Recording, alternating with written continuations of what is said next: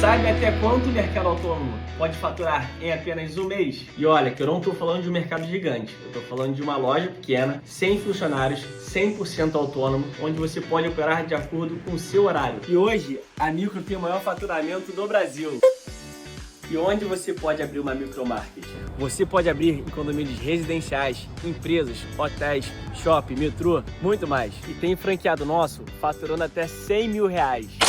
Ah, mas se você estiver pensando, esse negócio não é pra mim, eu nunca empreendi antes, calma, fica tranquilo, 80% dos nossos franqueados nunca tiveram negócio. É mais simples do que você pensa, a gente dá todo o suporte. O futuro do varejo é autônomo, seja dono do seu próprio negócio. Vem pra Micro, clique agora e fale com o nosso time.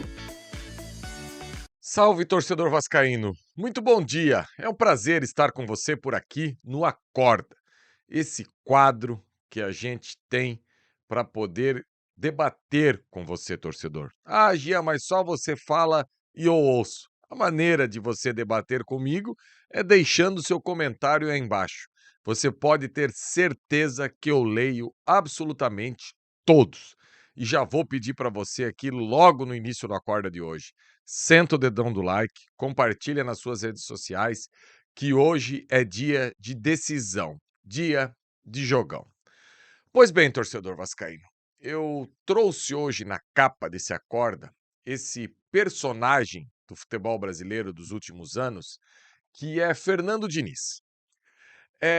Num primeiro momento, eu quero deixar claro para vocês que estão aí me assistindo, logo pela manhã, ou você que está assistindo aí já perto do almoço, que eu tenho comigo que todas as pessoas que trabalham no futebol diariamente e trabalham no alto escalão. O que é o alto escalão? O alto escalão é quem trabalha no futebol na Série B, na Série A, né? São profissionais que eu não tenho a mínima pretensão de querer achar que eu entendo mais do que essas pessoas. Isso é um fato, isso eu tenho comigo. Ah, Jean, tu tá sendo uma falsa modéstia? Não, não é isso. Bom, vamos pegar só os últimos treinadores do Vasco aí, né? Maurício Barbieri, um cara que foi treinador de base de excelência, um cara que conseguiu ser campeão paulista com equipes de pequena expressão na base, um cara que dirigiu Flamengo, um cara que dirigiu Vasco, um cara que chegou a uma semifinal de uma Copa Sul-Americana. Um cara igual o Barbieri entende de bola. Aliás, já falei aqui em algumas oportunidades, eu vi ele lá no Charla, no podcast, que baita entrevista do Barbieri. Ramon Dias, bom, a carreira fala por si só. Um jogador de altíssimo nível e um treinador campeão de Libertadores da América e de tudo mais. Quem mais aqui? Fábio Carille, um cara que já foi campeão brasileiro de pontos corridos. E agora Fernando Diniz. Então, eu só fiz um recorte pequeno. Ah, o próprio Rafael Paiva, que tem uma carreira na base do Palmeiras absurda, varreu títulos na base do Palmeiras, ganhou absolutamente tudo que foi possível e fez aquela campanha absurda com o Vasco no ano passado. Onde é que eu quero chegar com esse discurso? É que muitas vezes, quando eu trago a minha opinião, o meu ponto de vista aqui sobre o Fernando Diniz, as pessoas querem contaminar a minha opinião por aquilo que eu acho que o Fernando Diniz pode entregar ao futebol. E eu sei ponderar. Essa semana mesmo, eu recebi aí, acho que foi na live de segunda-feira, isso, na tradicional live nossa de segunda-feira. Eu, Flávio Cerdeira e Sérgio. Um torcedor escreveu no chat: o Jean sempre defende o Fernando Diniz. Gente, eu dei 0 pro Fernando Diniz na partida do último final de semana contra o Corinthians. O que eu gosto do Fernando Diniz? Eu gosto daquele que trabalha no dia a dia no futebol e tenta o diferente. Tem alguns clichês que eu sempre brinco que eu não suporto ouvir, que é a história do fura a bola, jogar por uma bola, fechar a casinha, sabe? Eu acho um discurso muito raso para analisar um esporte tão complexo igual o futebol. E desde a origem do futebol, nós temos vários personagens que ficaram marcados por revolucionar o mundo da bola. Talvez o personagem mais recente, Pepe Guardiola, né? Que é o técnico aí que trouxe aquele Barcelona maravilhoso. Mas assim, eu poderia aqui trazer inúmeras possibilidades de personagens. Eu só vou citar o Guardiola porque é um que me agrada bastante. Tem gente que gosta mais da linha do Mourinho, por exemplo. Ok, tá tudo certo. É, só que, quando eu falo do Fernando Diniz, e daí muita gente diz assim: ah, mas agora tu mudou o discurso, porque antes tu elogiava o Fernando Diniz e agora nos últimos 2 jogos tu criticou. Bom, quem criticou o Fernando Diniz nos 2 últimos jogos foi o próprio Fernando Diniz. Nem eu precisei fazer isso. Na última entrevista coletiva, ele deixou claro que foram as 2 piores partidas sobre o comando dele, essas do Vasco. E onde é que eu vejo que encaixa para hoje à noite que o Diniz precisa ter atenção e cuidado?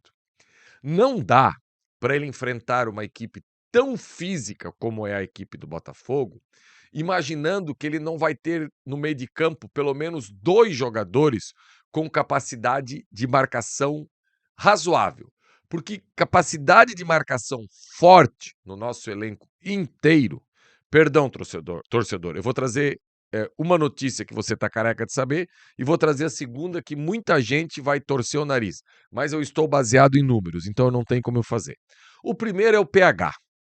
Deus queira que o PH tenha condição de jogo hoje à noite, possa jogar, porque a condição física que o PH entrega a essa equipe do Vasco é absurda.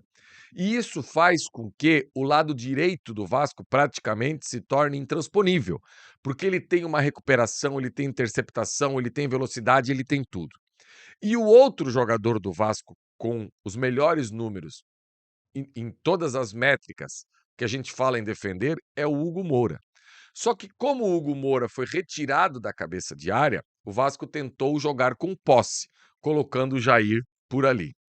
Só que é nítido e claro que o Vasco sofre muito na transição defensiva. Domingo contra o Corinthians, então, mesmo o Corinthians não tendo jogadores de uma técnica refinada, o Corinthians toda hora conseguia chegar em superioridade numérica. E isso o Diniz vai ter que corrigir já hoje à noite. Com a ausência do Tietê, notícia ontem em primeira mão do canal Atenção Vascaínas na sua rede social. Aliás, quem ainda não segue o canal, @avascaínos, no Instagram, no X, enfim. E quem quiser dar uma moral também, @GianFaísca1, tanto no Instagram como no X. O Tietê não joga. Ou ele coloca o Thiago Mendes, ou ele coloca o Barros. Não vai dar para tentar trazer alguém desse quarteto lá da frente que ele armou nos últimos tempos para fazer essa função de segundo volante. Porque essa equipe do Botafogo se caracteriza muito por uma transição muito forte e muito rápida. 2 volantes no meio de campo que chegam e pisam lá na frente, Marlon Freitas e Danilo. O Arthur, muita velocidade pelo lado direito de pé trocado.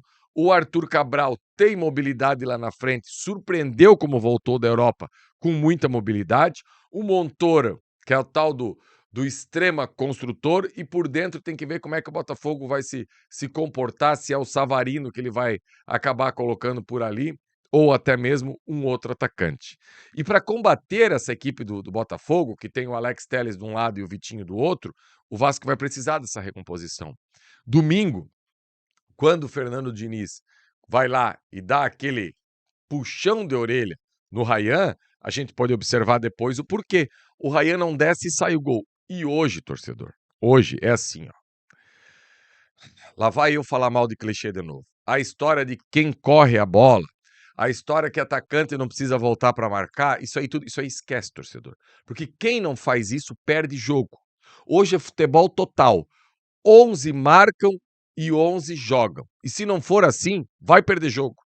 O início da jogada de uma equipe de alto nível hoje é com o seu goleiro.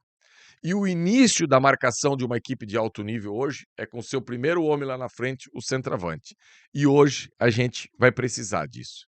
Então, o Diniz, não dá para imaginar que ele vai continuar aí com 12, 13 jogadores, sempre os mesmos, com essa dificuldade na transição. Os melhores jogos do Vasco nos últimos 2, 3 meses foram jogos que o Vasco teve a semana cheia para trabalhar.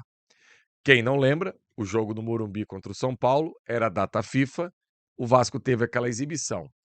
Quem não lembra, o jogo contra o Santos no Morumbi, o Vasco jogou contra o Galo, empatou em São Januário e teve uma semana cheia para trabalhar. Agora que o Vasco não está tendo uma semana cheia para trabalhar, o Diniz vai precisar rodar um pouco esse elenco. Colocar mais gente para jogar e colocar mais gente com saúde. E essa teimosia dele de achar que um jogador com mais técnica, improvisado, vai entregar alguém que é daquela posição, nem sempre vai dar certo. Quando você não tem jogador para aquela posição, por exemplo, eu fui um dos primeiros a levantar a bandeira do Hugo Moura como zagueiro. Isso lá ano passado já. Esses dias até os torcedores relembraram isso no chat, inclusive no meu X também. Por quê? Porque o Vasco tem dificuldade de zagueiro pela direita. Agora, tanto o Thiago Mendes quanto o Barros vão render mais do que o Nuno jogando de segundo homem. Eu não tenho dúvida alguma disso. Então, que o Diniz hoje à noite possa escalar uma equipe do Vasco equilibrada, uma equipe competitiva e que possa entender o que vai ter lá do outro lado, que é essa equipe do Botafogo. Os reforços estão chegando e que possam se integrar o quanto antes essa equipe do Vasco para que o Diniz tenha condição de fazer as alterações necessárias e não sofrer tanto como vem sofrendo ultimamente e até sendo refém, às vezes, da sua teimosia em achar que jogadores fora da posição, sem as características e as condições físicas e plenas para executar aquilo ali, pode dar certo. Mais uma vez, não quero ter a pretensão de dizer para um cara igual o Fernando Diniz o que ele deve fazer, o que ele não deve. Só que o campo me mostra que aquilo que ele fez nas 2 últimas partidas não foi legal, principalmente contra o Corinthians. É algo que, às vezes, é necessário entender o que se tem em mãos para não ter problema de acabar perdendo o jogo. Se o Vasco tivesse empatado contra o Juventude, se o Vasco tivesse empatado contra o Corinthians, o Vasco teria 21 pontos, o Corinthians estaria só 3 pontos acima do Vasco e o Vasco teria um jogo a menos. Ou seja, ganhando esse jogo a menos, o Vasco até passaria o Corinthians pelo número de vitórias. Então, tem que ser inteligente em determinados momentos. Domingo foi um dia que acabou o jogo, eu reclamei aqui. Empatou o jogo do jeito que estava, saca o Nuno, coloca um volante e volta a jogar o jogo. E não se atira de qualquer maneira, dando esse espaço. E para encerrar, esse espaço que foi dado para o Corinthians no último final de semana, se for dado para o Botafogo hoje, acaba o confronto. Não tem nem jogo no Engenhão. Agora, se for uma equipe que consiga ter um bom poder de marcação e principalmente tenha uma posse produtiva no campo de ataque, é algo que eu acho que pode dar certo e o Vasco tem possibilidade sim de levar o confronto em aberto para o Engenhão. Beleza, torcedor do Vasco? Gostou dessa resenha de hoje? Não gostou? Acha que é do time fora Diniz? Manda embora, não vai dar certo, não tem problema nenhum.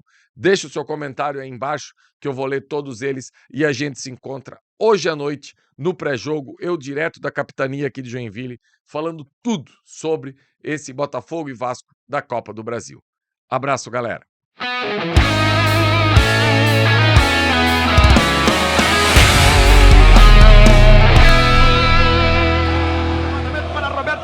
Sozinho, atenção, vai enfiar, gol!